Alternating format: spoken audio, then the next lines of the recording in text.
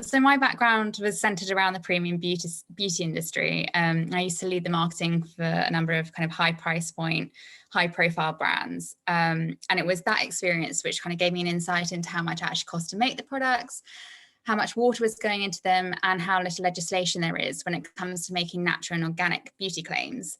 So within the beauty industry, you can have like 1% organic ingredients and still say it's organic, or you can have 2 ingredients in the ingredients listing which are 100% natural. The rest can be synthetic chemicals, and you can still say it contains 100% natural ingredients because those 2 ingredients are 100% natural.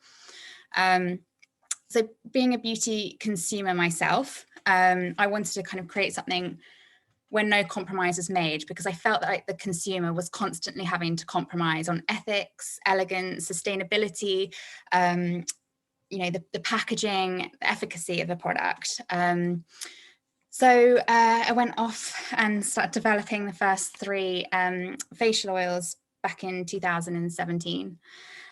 So everything within the True Skincare range is organic, vegan friendly, natural, made in the UK, waterless in formulation, Leaping Bunny approved by Cruelty Free International. We are a certified organic brand by the Soil Association as well. But it's also accessible with regards to both availability and price. So our prices range from £12 to £18.99.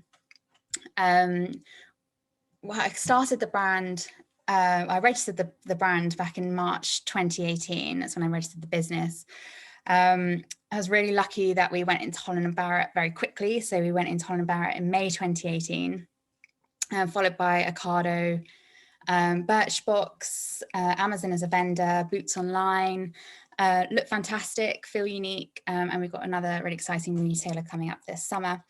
So it's been a bit of a whirlwind of the last 3 years, and it's still just me and the business. So that's kind of where we're at the moment.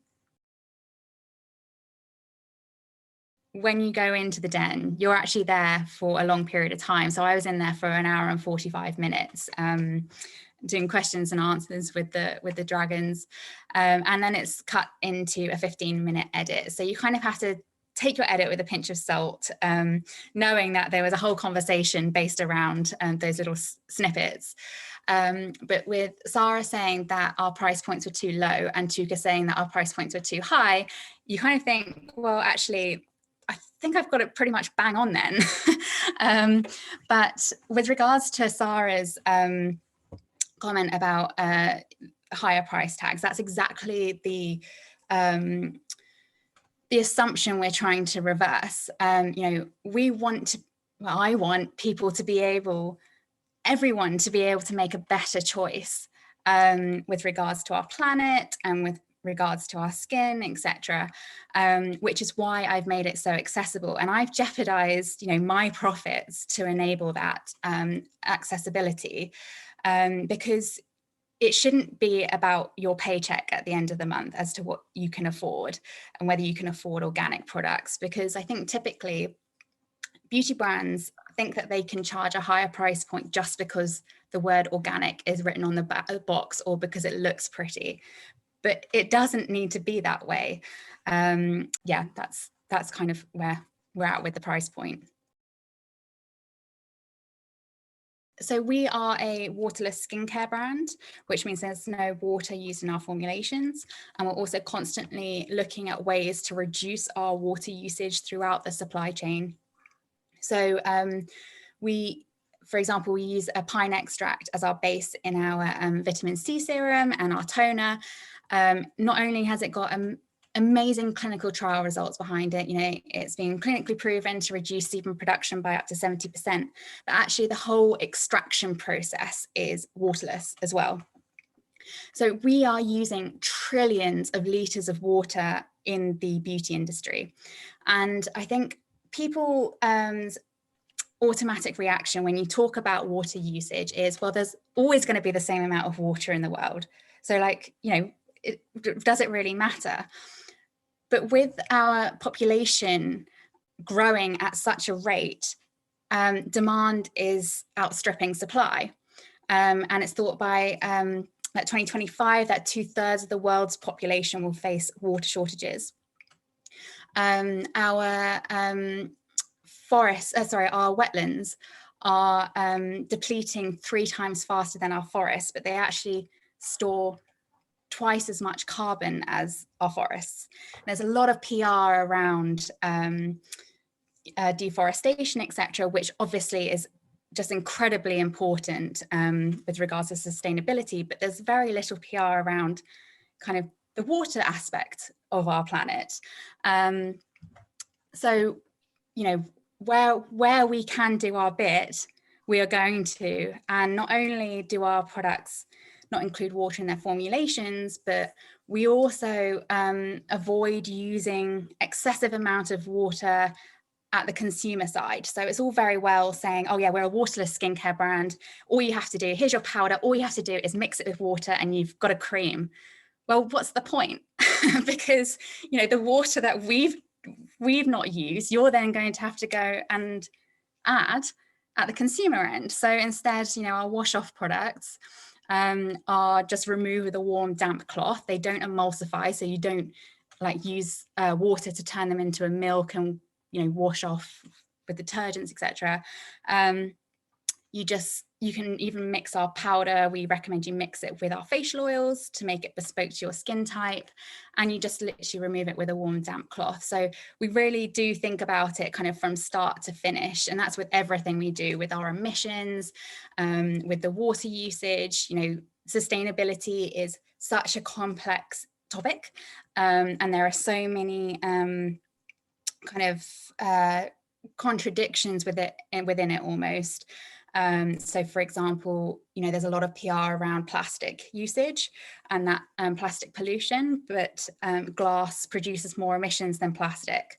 Aluminium uses more water than plastic or glass. So you have to make a choice and then see how you kind of can rectify the implications of that choice. So for example, we use glass for our packaging, but we also offset all of our carbon emissions throughout the supply chain, from source to skin, through a tree planting initiative. But we also use organic ingredients wherever possible, which has been proven to store 40% more carbon than non-organic farming. So with regards to our future plans, because we can now create textures like serums, creams, toners, etc., which normally are only achievable using water. But of course, we don't use that. So now that we can create those kind of textures, we've got some really amazing new product development in the pipeline. So earlier this year, we launched our Radiance Renewal 10% Stabilized Vitamin C Serum and our Hydrating Blossom and Pine Toner, which again are waterless in formulation, but they use this pine extract as their base. We are going to be launching a much sought after moisturizer later this year. And we've also got a 1% hyaluronic acid complex, which has 3 molecular weights. So we use a lot of clinically proven ingredients. So we've got some really exciting new products in the pipeline for later this year, a couple of years. But we're also launching in another exciting retailer later this year in the summer. And we're also hopefully jumping across the pond to the US. So yeah, that's kind of a big project once you've got the UK, you know, all our ducks in a row in the UK. But yeah, really excited about that because we've gained some good traction from some pretty big retailers out there. So we're kind of hoping that all being well, we can hopefully launch later this year. I actually absolutely loved the experience, everything about it. I thought, I mean, so the filming was supposed to have taken place earlier in the year, but because of COVID, it got delayed towards the end of last year. So I had a very long time to practice my pitch, but obviously my numbers kept changing. So there's only so many I can store in my head. Yeah, I absolutely loved it. I was nervous, but actually all of the dragons and the crew and everything like that, they were really lovely and kind of really put me at ease, which yeah, like super appreciative of, because it is a daunting experience, you know, putting yourself and essentially your baby out there to be criticized by, you know, potentially criticized by 5 people, but also potentially criticized by millions of people. So yeah, it's a kind of very daunting experience, but I absolutely loved it.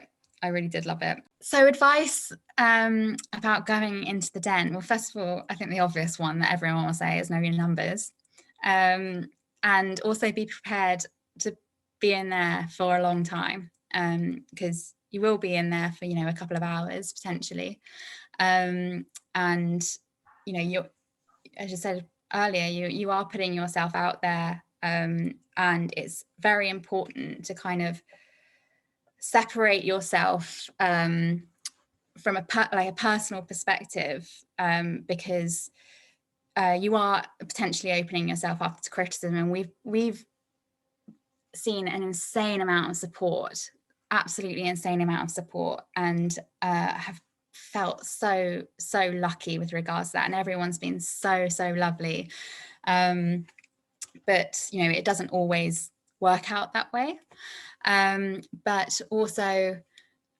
be prepared from a stock perspective.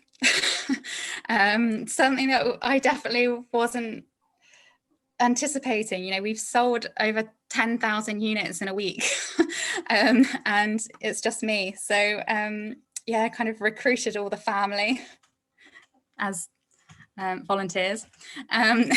So yeah, it's we sold out straight away with our retailers, and sold out of some of our SKUs straight away online. And you know, just seeing the orders come in, like at first it's like dead exciting, you're like, this is amazing, and then you're like, oh god, we've got to do all this tomorrow. So yeah, be prepared.